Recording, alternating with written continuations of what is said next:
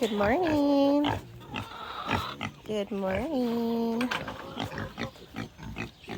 So everybody had breakfast already. I'm just coming back out here to open the gate for the goats and let them in here because there's just more shade in this area right now. We are currently working on putting more shade with the goats, but you know, it is what it is. This area is just more established. It's older, has more shade. This area does not. They do have their barn, but they are buttheads and prefer to just suffer. Come on, guys. You want to come in? Come on, Rocky. Let's go, buddy. And the trees are just not fully grown yet. I would like to put maybe a small one right here as well. Oh my goodness, stop it. So today, hopefully, I have some people coming out to get Spanky, and he'll be our last boy to leave us. And then I just still have the two girls. So yeah. So as I mentioned, I do have some people coming out to get the piggy. I have, they actually came out and bought one of our pigs earlier. And they had always said that they were going to, gotta wait for the rooster. They said they were considering getting another one. Originally they thought they were gonna get a girl. I kind of advised them if they were gonna do that they'd have to make sure that they got the little guy neutered right away because, you know, pigs, especially boy pigs, they like to hump everything. Morning, Rambo. Morning, buddy. You having a good morning? This collar's just a little bit too big on him, but he'll grow into it. Hey, bud. You having a good day? You're a good boy, huh? So my main thing today is I wanted to show you guys what our fruit orchard looked like thus far. We are still in the beginning of summer, which is just extremely, extremely hot over here. Today is going to be like 108. Crazy. As you can see, we've been putting trees around the perimeter. We're just trying to establish some shade, and then it's all across the other side too. Okay, I'm going to start on this side. So this side I have my peaches. They're looking okay. They're doing good. This one as well. They're two different varieties. These ones should not have any issues over here because peaches do really well in our area, so they should do good. Out of all my trees, this is the one that I think is completely dead. I don't know why. This is the Nectarine. It just happens sometimes, so this one will probably get replaced next season or next spring. I don't want to plant anything right now. It's way too hot. What a bummer. This one is actually surprising me. This actually has new growth. This is the Karakara Orange that my husband picked out. As I mentioned before, if you guys happen to see me putting my starting my orchard, you know, citrus does not grow in our area because we get some cold winters. So I'm just going to make sure to wrap this guy up pretty good, and hopefully we'll be able to save this one because it's looking really pretty and it will be an evergreen. We did have a lime right here, but we decided to take it out because it wasn't doing too well. So it's now living on my porch, and this is a pomegranate bush. So pomegranates do really, really well in our area. If you drive around my neighborhood, you will see several of these in people's yards because they just do really well. So I only planted one. My neighbor has a few, so I know it'll get pollinated. Even though I don't think it needs to, I think it's self-pollinating. Let me check that really fast. I left the tag on here. Yeah, self-pollinating, so it should do good. Here's my apricot. Now this one just has me stumped because I do the little scratch test, And when I scratch the trunk, it's still alive. It's moist, it's still wet, it's still green. I do the bend test, still alive, but has not given me any growth. So I've done a prune job on it. I might have to come in and just kind of cut all of these branches off and just let it revive itself. And then hopefully by next spring it'll come back. I'm trying not to prune it too hard right now. Again, like I said, it's super hot, so I don't want to scorch it. But I'm gonna leave it because I said it's still alive. I don't know if it'll come back, but it's definitely one that I'm hoping. So again, this is the apricot tree, and this one will probably get the biggest out of all my trees if it does decide to grow.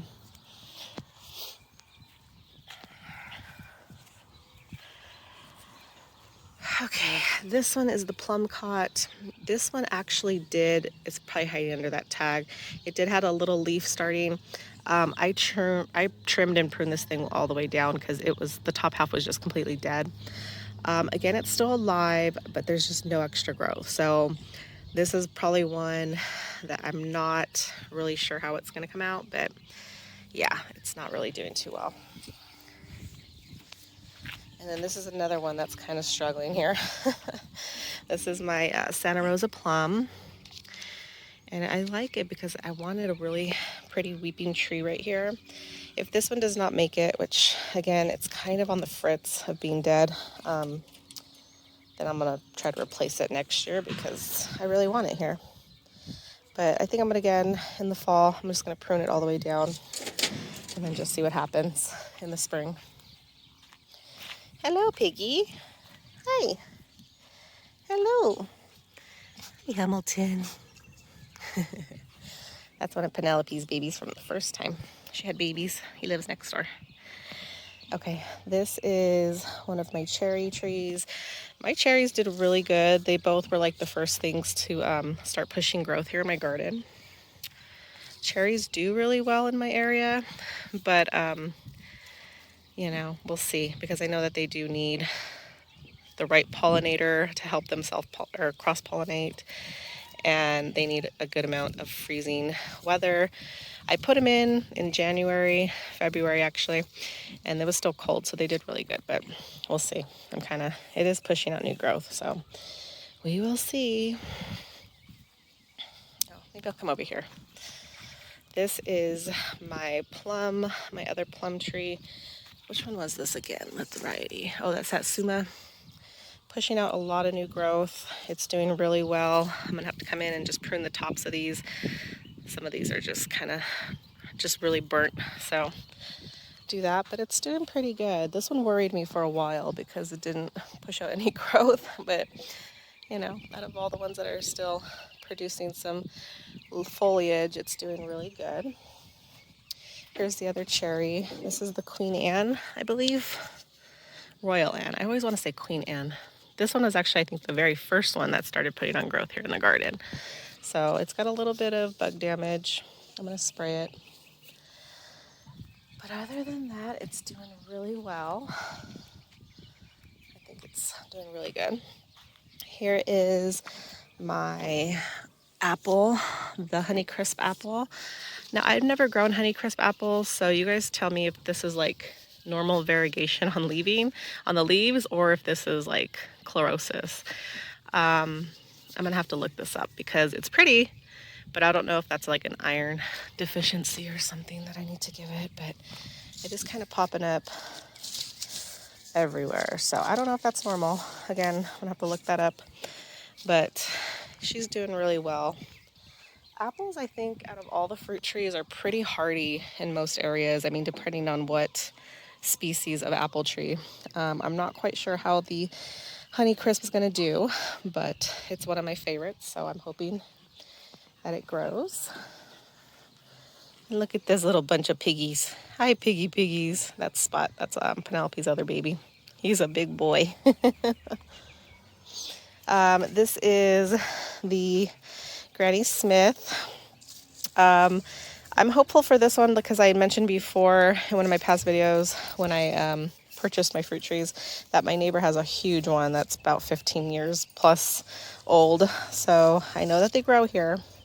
I don't know quite sure if this is normal with the leaf curl here, but Just and I did fertilize it recently, all of the trees, so we'll see. And then last but not least is our pear tree. This is the Seckel pear. Beautiful leaves. It's got some like really shiny leaves. It almost represents like a citrus plant leaf. Super shiny leaves. So yeah, it looks really healthy except for that one right there. But take that one off actually. We'll see. And I did want to mention that the Granny Smith was the only one out of all the trees that started pushing out some blooms, like it wanted to start setting fruit. I went ahead and picked all of the blooms off. Some of you might be wondering why. Just let nature do its thing and let it go. But I really wanted it to focus on setting roots and just putting all its energy into that and its growth and being healthy before it starts focusing and trying to put energy into a fruit, because that I feel like that one, it might need a little extra push, you know, like I'm glad I didn't let it set fruit now that I kind of see that the leaves are curling a bit. So let me turn this camera on actually. Okay, and I just wanted to come up here, and I had to get out of the sun because my camera started to overheat and it didn't want to record, so that was kind of awkward. But here's my Meyer Lemon. This is its third year here. I didn't get no fruit from it this year. I think I'm gonna have to repot it. And then I have been fertilizing it. It just, I don't know what I'm doing wrong. Like I said, citrus just doesn't do too well for us. This is that lemon tree. It was pretty much dead as soon as I repotted it into this little pot and put it over here on our porch, on our back deck, excuse me. It's actually been doing really good. So yeah, I think it'll do okay. Just make sure, because I can keep it in, push it inside here in the winter time. Okay, so yeah, awkward. Like my camera just keeps wanting to overheat. It's like 8:30 in the morning and my camera's like hot because it's like 90 degrees outside already. So my cat, oh yeah, he wants to come in.